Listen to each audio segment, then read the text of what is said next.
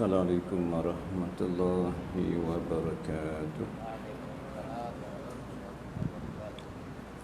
Bismillahirrahmanirrahim. Alhamdulillahirabbil alamin. Salatu wassalamu ala asyrafil mursalin wa ala alihi wa sahbihi ajma'in. Subhanaka la ilma lana illa ma 'allamtana innaka antal alimul hakim. Wala haula wala quwwata illa billahil aliyyil azim. Wala haula wala quwwata illa billahil aliyyil azim. Wala haula wala quwwata illa billahil aliyyil azim. Rabbi shrah li sadri wassir li amri wahlul 'uqdatam min lisani yafqahu qawli, amma ba'd. Qala Allah Ta'ala fil Qur'an 'azim, a'udzu billahi minasy syaithanir rajim. Wallahu akhrajakum min butuni ummahatikum la ta'lamuna syai'an wa ja'ala lakumus sam'a wal absara wal afida la'allakum tashkurun. Sadaqallahul azim. Alhamdulillah, syukur pada Allah Subhanahu wa taala. Sama-sama kita menunaikan sembahyang maghrib berjamaah. Mudah-mudahan amal ibadat kita diterima oleh Allah Subhanahu wa taala. Bersyukur juga kepada Allah Subhanahu wa taala kerana masih lagi dipanjangkan usia kita. Mudah-mudahan dengan panjangnya usia kita dapat sama-sama kita meningkatkan ketakwaan kita kepada Allah, iaitu kita menjunjung segala perintah Allah dan kita meninggalkan segala larangan Allah Subhanahu wa taala. Bersyukur juga pada Allah Subhanahu wa taala kerana memilih kita pada malam ni untuk duduk dalam majlis ilmu. Mudah-mudahan kehadiran kita pada malam ni dicatat oleh malaikat yang telah diamanahkan oleh Allah Subhanahu wa taala sebagai suatu catatan yang mendapat keberkatan daripada Allah Subhanahu wa taala. Jadi insya-Allah malam ni kita sambung pengajian kita dalam kitab Fiqh Manhaji jilid yang pertama, kitab Fiqh Mazhab Imam Syafi'i. Kita masih lagi bicara tajuk salat ataupun sembahyang. Kita masuk tajuk mengulangi sembahyang yang diwajibkan dan mengqadhakan yang diguna. Tidak. Mengulangi sembahyang yang diwajibkan dan mengqadhakannya. Baik. Bismillahirrahmanirrahim. Qala musannif rahimallahu taala wa nafa'ana bi'ulumi. Mengulangi sembahyang ialah seseorang melakukan sembahyang yang diwajibkan, kemudian dia mendapati kekurangan atau kecacatan dalam melakukan adab-adab dan semua perkara yang menyempurnakan sembahyang dalam sembahyang yang telah dilakukan. Dengan itu dia mendirikan semula sembahyang tersebut dengan menyempurnakan kekurangan atau kecacatan yang dilakukan di dalam sembahyang sebelum ni. Dia mengulangi sembahyang kerana dalam sembahyang tu ada kecacatan, kekurangan. Mesti mana kita sebut dah sebelum ni, seperti sembahyang yang diulangkan ketika mana kita mai sembahyang seorang-seorang, sembahyang berjemaah, kita nak mai orang tak ada. Nak mai selalunya sembahyang asar kot, mungkin Zuhur insya-Allah ada orang. Kita pun nak mai sembahyang, kita lah azan, kita lah iqamat, kita lah sembahyang seorang-seorang kita. Lepas tu habis semayang, kita pun nak keluar, tengok-tengok ada sebiji kereta nak semayang. Maka kita mailah ulang semayang kita. Kerana apa? Yang tadi ni kekurangan. Kerana apa? Kita semayang seorang diri. Lepas tu kalau ada semayang jemaah, maka disunatkan kita mengulangi semayang tu balik. Kerana apa? Semayang jemaah yang Nabi sebut dalam hadisnya, as-salatul jamaah afdal min salatil fazzi wa sab'i wa ishruna darajah. Sembahyang berjemaah itu lebih baik daripada sembahyang seorang diri, 27 darjat. 27 kali ganda. Tak tahu nak baklah darjat yang Allah nak bagi. Ketika ditanya dekat Nabi, di antara satu darjat dengan satu darjat tu banyak mana? Nabi sebut di antara langit dan bumi. Tak tahu nak abang macam mana. Kelebihan tu hanya Allah Subhanahu Wa Taala sahaja yang mengetahui. Sebab apa? Di akhirat besok ni duit kupang tak laku dah. Di akhirat nanti harta kedudukan tak boleh nak guna dah. Walaupun kita ada peguam bela yang atas dunia ni glamour kan, tak kira lah ketika tu.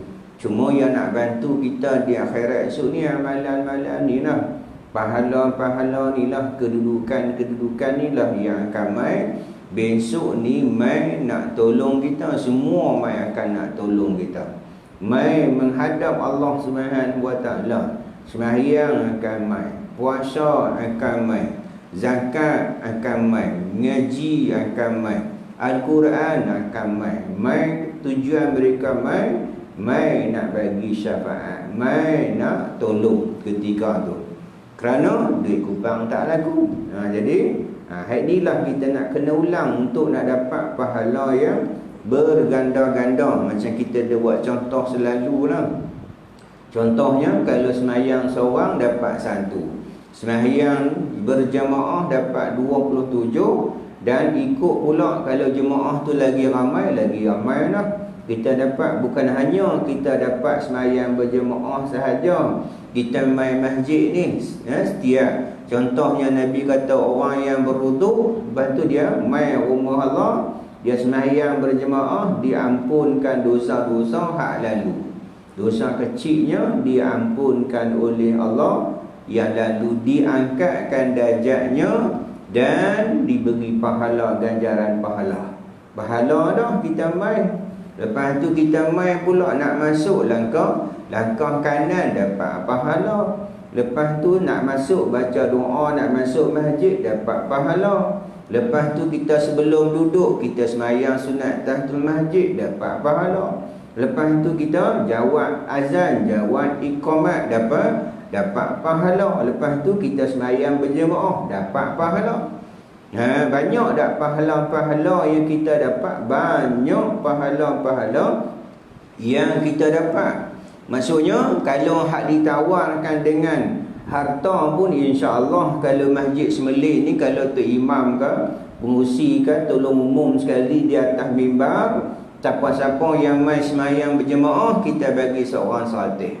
Bukan 1000, bukan 100,000, bukan 1,000,000. Ditawarkan dengan 50, kita ingat ramai dah. Dia bawa habis, anak cucu dia bawa habis, penuh satu motor, penuh kereta, penuh van bakat bawa mai. Sebab apa? Saat lagi lepas mayang ada habuan-habuannya. Tetapi ini habuan janji daripada Allah Subhanahu Wa Taala. Maka kita rebut peluang ni. Jadi maksudnya mengulangi semayang kita yang mana hak kita buat sebelum ni ada kekurangan. Baik, apa hukumnya mengulangi semayang tu? Hukumnya sunat. Sunat ni ialah apa benda ya hak kita buat, hak kita sebut dah sebelum ni, istilah-istilah dalam hukum fiqh. Salah satu daripadanya ialah sunat. Sunat ialah perkara yang apabila dilakukan dapat pahala, tinggal tak berdosa. Cuma hukumnya makruh lah benda ni. Benda-benda yang sunnah kalau kita tinggal hukumnya makruh. Sebagai contoh, kita nak semayang, angkat tangan tu adalah sunat. Tak angkat tangan pun sah semayang kita sebab dia sunat. Angkat tangan dapat pahala. Cuma kalau kita tak angkat tangan, sah semayang kita, tapi kita buat benda yang makruh. Benda yang makruh ni walaupun tak berdosa, tetapi benda ni benda yang dibenci. Benda yang dibenci. Bayangkan perbuatan kita mula-mula pun benda yang dibenci dah kita buat. Bukan hanya kadang-kadang, bukan hanya sembahyang, hak mula-mula kita berwuduk pun kadang-kadang buat benda makruh dah. Hak mula-mula sebelum kita nak sembahyang, kita tak ikut hak mana hak panduan yang kita sebut sebelum ni. Ada berapa yang sunat-sunat wuduk, kita sebut dalam kitab ni sebut ada 18 sunat-sunat wuduk. Itu pun kalau kita tinggal, maksudnya makruh lah. Perbuatan makruh ni ialah walaupun tak berdosa, tetapi perbuatan kita tu perbuatan yang dibenci oleh Allah Subhanahu Wa Taala. Bayangkan kita buat ibadat, pada masa yang sama kita dalam keadaan apa? Allah benci. Seronok tak? Kalau kita dengan majikan kita pun, kalau majikan bos kita tak suka dengan kita, dia lebih apa-apa dia cari kita. Dia suhat berat-berat dia cari kita. Agak-agak gaji dia cepat naik nak, gaji pun lambat nak naik sebab dia tak suka dengan kita. Maka kalau dengan majikan kita pun kita jaga sungguh-sungguh. Kita jaga sungguh-sungguh sebab kita nak naik pangkat, kita nak gaji, naik gaji, kita nak dapat kepujian. Tiap-tiap tahun kita nak dapat apa? Dapat CJ, penghargaan daripada majikan kita. Ini majikan kita ialah Allah Subhanahu Wa Taala yang menciptakan kita daripada tiada kepada ada. Kepada ada, dan kita ada, kita buat. Walaupun benda tu sunat, tapi benda tu mengurangi kehidupan kita, ngurang pahala. Sebab apa? Sebab hak benda-benda hak ke akhirat ni kita nak kena berlumba-lumba untuk kita buat. Jangan kita duk tangguh-tangguh. Kalau dunia, contohnya kita dengar pepatah mengatakan lah, disebut dengan syair. Syair itu maksudnya kata-kata ulama sebut, buatlah dalam keadaan bekerjalah dunia seolah-olah kamu akan hidup selama-lamanya. Buatlah akhirat seolah-olah kamu akan mati besok hari. Macam mana kita faham kata-kata ni? Seolah-olahnya kalau kita buat dunia ni seolah-olah kita hidup selama-lamanya. Hidup sampai bila-bila. Kalau kita hidup sampai bila-bila ni buat, tak mau buat hari ni pun tak apa, tak mau buat esok pun tak apa, tak mau buat bulan depan pun tak apa. Sebab apa? Kita seolah-olah kita hidup selama-lamanya. Nak buat tahun depan pun boleh, nak buat sekali lagi pun boleh. Sebab apa? Seolah-olah kita hidup selama-lamanya, tak mati dah. Maksudnya apa? Boleh tangguh-tangguh, tetapi amalan akhirat ni seolah-olah kita akan mati besok hari. Seolah-olah kita jangan duk tangguh. Nak buat dah.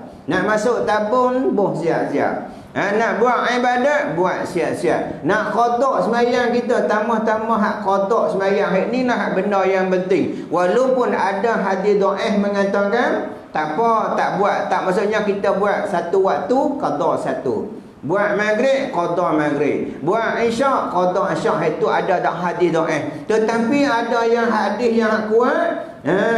Maksudnya tak ada tangguh-tangguh dah. Kena ganti sebab itu hutang kita dengan Allah Subhanahu Wa Taala. Yang lain tu benda yang lain penting, tetapi hutang kita dengan Allah Subhanahu Wa Taala lagi penting. Tapi kita selalunya kita ambil ini adalah hadis dhaif. Tapi kalau hak benda lain kita ini hadis dhaif ni. Tapi insya-Allah ini kita duk guna hadis dhaif lah. Tak apa. Sebab apa? Cari nafkah juga wajib. Cari nafkah juga wajib. Maksudnya apa? Hidup pun wajib juga. Tapi kita buat, ada masa kita buat maghrib, kita qada maghrib. Tapi terkadang-kadang kita hak qada pun kita tak qada. Kita kadang-kadang kita duk puluh hak sunat-sunat, tinggal hak wajib. Sedangkan hak satu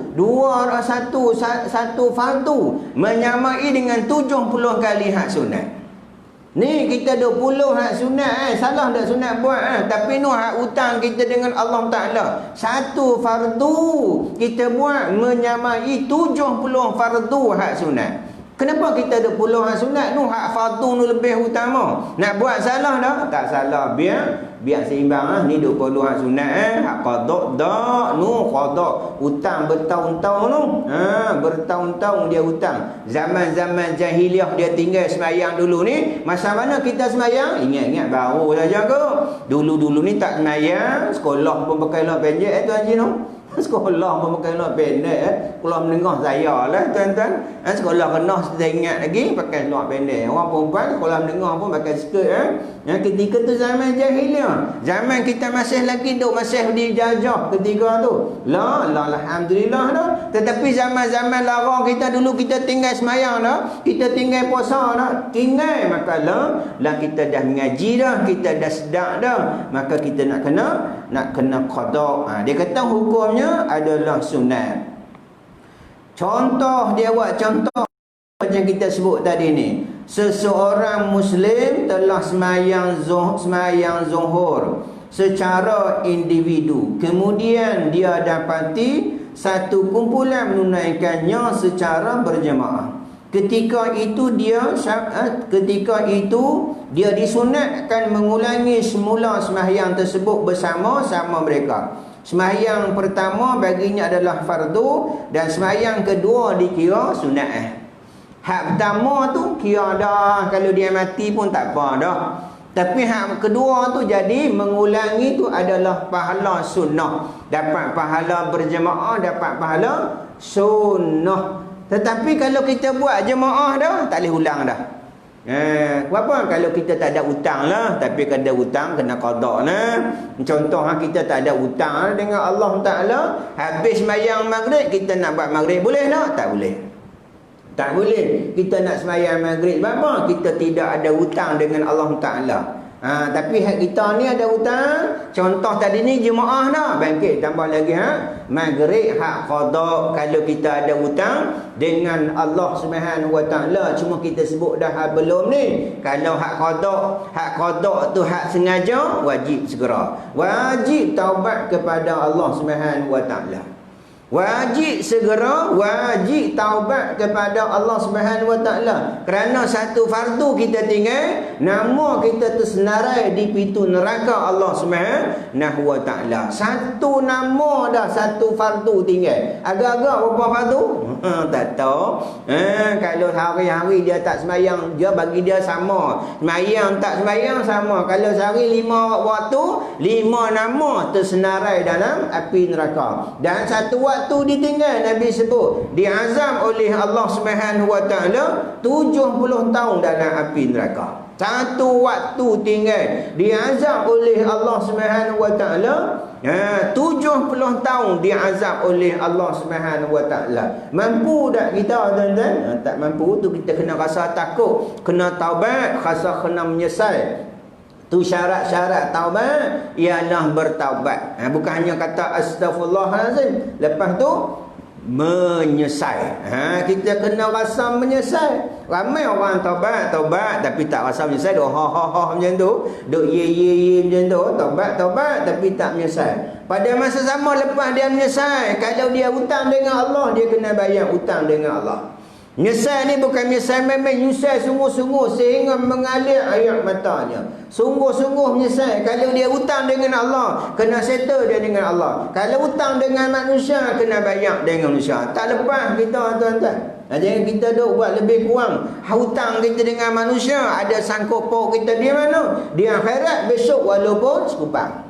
Selalunya kita duk dengan majikan kita. Ini pun takut juga tuan-tuan. Majikan kita bagi masa 8 jam, agak-agak 8 jam lah kita kerja. Majikan kita suruh berehat setengah jam, berapa minit, berapa jam kita break. Berapa jam kita rehat. Ketika tu dalam keadaan apa? Kita kena pergi jumpa majikan kita. Kena pergi tahu sebab apa kita ni tidak, sebab apa kita dibayar gaji 8 jam.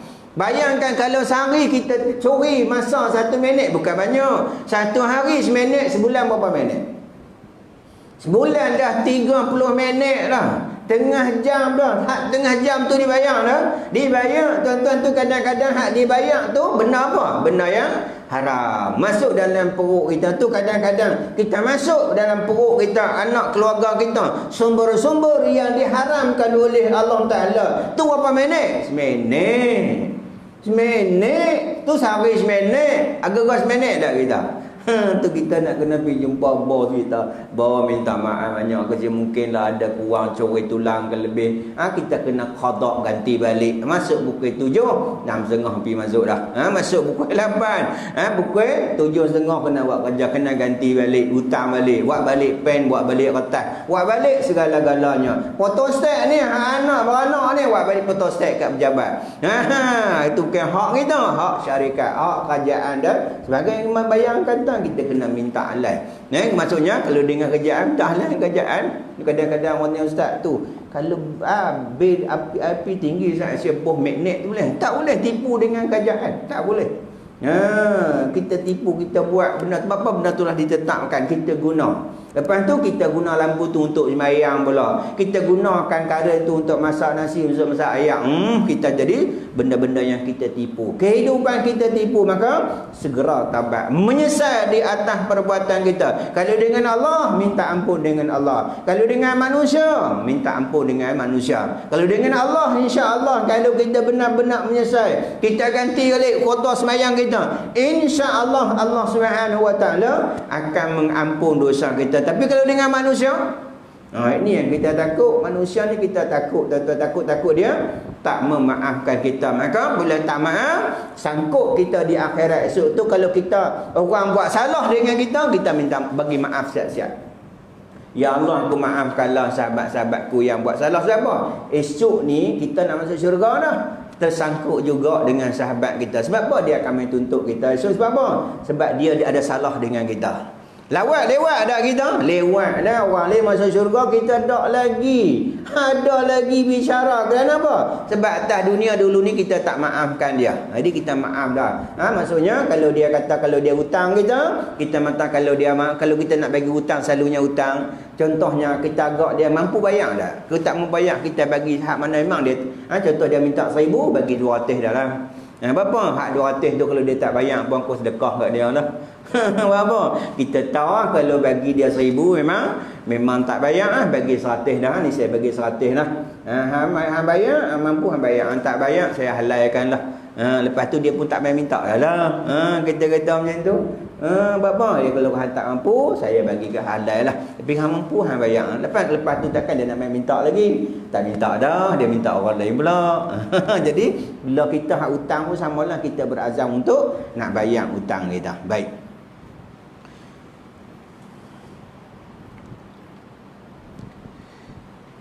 At-Tirmizi telah meriwayatkan, At-Tirmizi telah meriwayat daripada Nabi SAW telah sembahyang subuh, kemudian baginda melihat dua orang sahabat tidak bersembahyang bersama-samanya. Lalu baginda bertanya, apakah yang menghalang kamu berdua daripada sembahyang bersama-sama kami? Jawab mereka, wahai Rasulullah sallallahu alaihi wasallam, sesungguhnya kami telah sembahyang di rumah kami. Sabda Rasulullah sallallahu alaihi wasallam, jangan kamu berdua melakukan demikian. Apabila kamu telah sembahyang di rumah, kemudian kamu datang ke masjid yang dirikan dalam sembahyang berjemaah, maka sembahyanglah bersama-sama mereka. Sesungguhnya sembahyang tersebut adalah sunat kepada kamu berdua.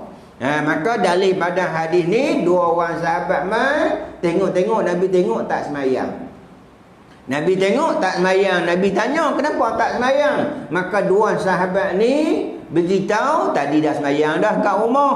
Maka Nabi kata sembahyanglah. Apabila ada jemaah, sembahyanglah bersama-sama mereka. Sesungguhnya sembahyang tersebut adalah sunat untuk kamu berdua. Pahala banyaklah yang kita sebut tadi ni. Sembahyang berjamaah dapat berapa? 27 darjat. Ada kata 25 darjat. Bukan 25,000, bukan 270,000 dah. Allah Subhanahu Wa Taala sahaja yang tahu.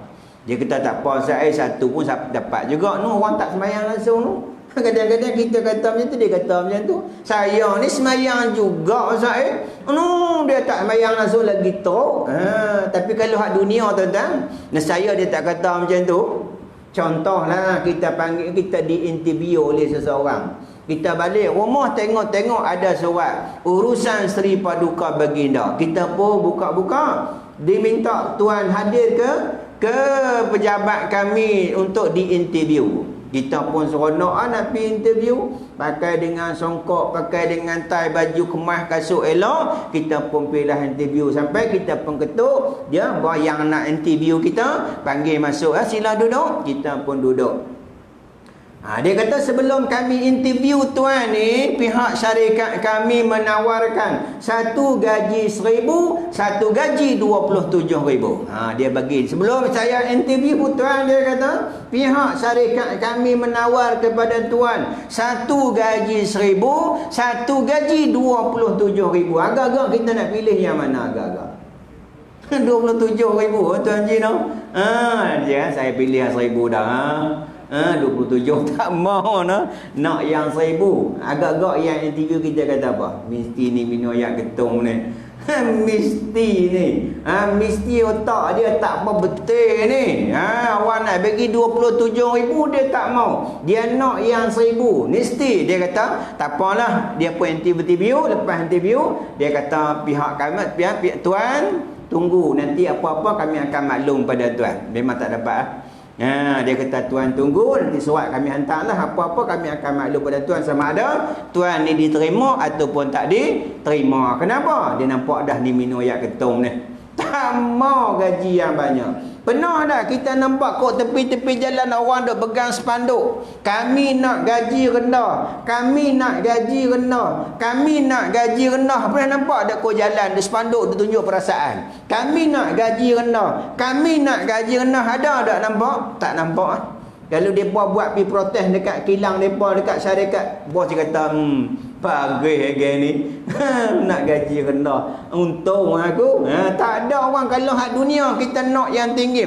Tambah-tambah hak ni Allah Subhanahu Wa Ta'ala nak bagi ganjaran, pahala kepada orang yang buat amal soleh ni. Allah sebut dalam Al-Quran yang bermaksud, Allah kata, Allah Subhanahu Wa Ta'ala berjanji kepada orang yang beriman dan beramal soleh, bagi mereka keampunan dan ganjaran yang besar yang Allah Subhanahu Wa Ta'ala nak bagi di akhirat. Yang mata tak pernah tengok, yang telinga tak pernah terlintas, yang hati telinga tak pernah dengar, yang hati tak pernah lintas. Hak kita dengar syurga pun bukan macam tu. Hak kita dengar syurga ada taman-taman, air mengalirnya di bawahnya, sungai-sungai. Kita dah bilang ada sungai awak, ada sungai. Bukan macam tu. Tak sama apa yang Allah beritahu tu. Tak pernah tengok. Nak tengok ni nanti di akhirat esok. Di mana kita pernah sebut sebelum ni, orang yang terakhir keluar di neraka. Allah Subhanahu Wa Ta'ala keluar hamba ni. Yang keluar tu keluar yang terakhir. Sebab dalam hatinya ada sebesar zarah iman, iaitu iman yang tidak syirik dengan Allah Subhanahu Wa Ta'ala. Allah keluarkan dia. Setelah dia keluar tu, dia minta pada Allah, ya Allah boleh tak dia nak tengok ahli syurga. Dia keluar tu dia kata tadi pun tak apa dah ya Allah. Luar syurga, luar pintu neraka pun tak apa dah dia kata. Tapi dia minta pada Allah, ya Allah boleh tak aku nak tengok ahli syurga. Allah kenal permintaan dia. Dia pun masuklah dalam syurga. Ketika dia masuk syurga, dia melihat dalam syurga tidak ada tempat dah untuk dia. Kenapa? Syurga kita, tiap-tiap kita ni ada tempat kita. Tok Imam ada tempat Tok Imamnya. Tok Siak ada tempat Tok Siak. Masing-masing ada tempat kita, syurga kita tak sama. Luasnya wallahu alam. Maka dia masuk tengok syurga tu, dia kata ya Allah dah penuh dah, tak ada dah tempat untuk dia. Maka Allah Subhanahu Taala kurniakan pada dia apa yang dia ingin di atas dunia dulu. Kalau atas dunia dulu dia teringin banglo, Allah kurniakan dia banglo yang luasnya 10 kali dunia. 10 kali dunia. Hak syurga tak tahulah macam mana lagi. Hak ni pun luasnya 10 kali dunia. Bukan 10 di luas Semeling ni dah. Bukan luah semelih, sebelah semelih pun tak sangka dah. Luah Sungai Petani pun tak sangka dah. Luah Kedah pun tak sangka dah. Luah Malaysia lagi sakan tak lagi sakan. Ini luahnya 10 kali dunia. Boleh bayang tak agak-agak? Tak tahu nak bayang, wallahualam. Kena mati dulu baru kita tahu. Tu kata nikmat tawaran yang Allah Subhanahu Wa Taala nak bagi ni kepada hamba-hamba ni. Ni hak terakhir keluar daripada neraka. Tambah-tambah hak kita hak sembahyang rajin ni kan. Lagi sakan masuk syurga. Seronok, hari ni seronok, esok lagi seronok, lusa lagi seronok, hari ni makan sedap, esok lagi sedap, hari ni lawa, esok lagi lawa, lusa lagi lawa. Atas dunia lawa sikit baru menikah lawa. Baru menikah kan, kalau dia naik motor bawa ke kampung tu kan, kalau peluk rapat tu baru menikah lah tu. Sama ada tak menikah atau menikah lah kalau peluk rapat tu. Naik sampai suami pun naik motor sampai duk taraga dah. Terlalu rapat sangat peluk suami dia, tak mau lepas-lepas suami dia. 10 tahun nikah, 20 tahun nikah macam lah peluk dah lah naik motor. Tak ada pegang besi lah, pegang besi belakang tak ada peluk Kadang-kadang naik bukit, bini dia jatuh tak sedap dah. Abang, baby awak tak pegang kuat. Dia tak seronok. Tapi syurga tak sama macam tu. Hari ni seronok, esok lagi seronok. Hari ni lawa, esok lagi lawa. Hari ni sedap, esok lagi sedap. Apa yang kita ingin semuanya ada belakang. Kita ingin pun semuanya ada belakang. Jadi kita buatlah. Maksudnya dapat pahala sunat kaum berdoa baik. Berapa minit ni? Saya jam tak pakai. Baik. Jika sembahyang yang pertama tidak mempunyai kekurangan atau kecacatan, dalam sembahyang kedua tidak akan menjadi lebih sempurna daripada yang pertama, maka tidak disunatkan mengulangi sembahyang sebut. Kalau sempurna dah, maka tak perlu sunat, tak perlu ulang dah lah. Macam kita ni tak perlu ulang dah, sempurna dah. Maksudnya kita sembahyang berjemaah dah. Qada pula ialah mendirikan sembahyang selepas waktu. Ini qada lah memang. Kalau dalam waktu namanya tunai, kalau habis waktu namanya qada. Namanya qada. Dia kata selepas waktunya atau selepas waktu berbaki tidak sempat tunaikan 1 rakaat, ataupun kita mai nak sembahyang zuhur tak sampai 1 rakaat, dapat dengar azan asar, tak dapat 1 rakaat yang sempurna, dengar azan asar ketika tu terus qada. Jangan duk berhenti Allah tak dan terus qada lah. Tak kira duk berhenti, hukumnya berdosa berhenti dan sembahyang. Kalau sembahyang sunat hukumnya makruh, kalau sembahyang wajib hukumnya haram berhenti dalam sembahyang. Kecuali dalam keadaan darurah, ada ulang kan lebih kurang ke apa, yang tu dimaafkan. Tapi kalau saja-saja berhenti hukumnya haram, hukumnya berdosa. Sama juga orang yang dalam keadaan berhadas ketika sembahyang, walaupun perbuatan tu sunat sekalipun. Sebagai contoh, Assalamualaikum, kentut contoh, tak tahan dah ni, duk gelisah ni. Tok imam pula duk baca doa Allah, main doa panjang pula lepas tahiyat tu, dia duk gelisah. Dia pun dia salam dia pun mufarakah ni, Assalamualaikum, kentut. Hak kedua tak boleh salam dah.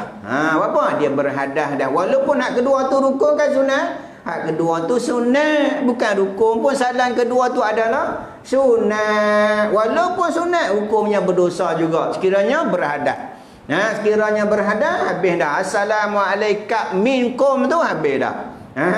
Contohnya tak tahan lah, kita seorang-seorang pun sama, Assalamualaikum, ataupun tok imam, tak lu tok imam sama juga, tok imam tak tahan ni nak jerit ke apa ke, Assalamualaikum. Lepas tu dia pun bangkit, pekuklah hidung sebagai syarat dia batal wuduk. Kita bagi salam lah, tak payah niat mufarakah dah, habis dah. Tok imam bagi salam ke, Assalamualaikum ke, habis dah. Kita 2 kali lah, Assalamualaikum warahmatullahi, Assalamualaikum. Dia yang tak boleh sebab apa? Dia berhadas. Tambah hadas, ada besar lagi zakat. Duk tengah sembahyang subuh, lupa ni wajib. Kalau makmum boleh gagah dia lari keluar, tapi hak imam takkan nak keluar kau ni. Maka dia sama, dia kena keluar. tutup hidung ni orang tahu dia ni berhadah dia takkan abang saya dah hadah besar ke.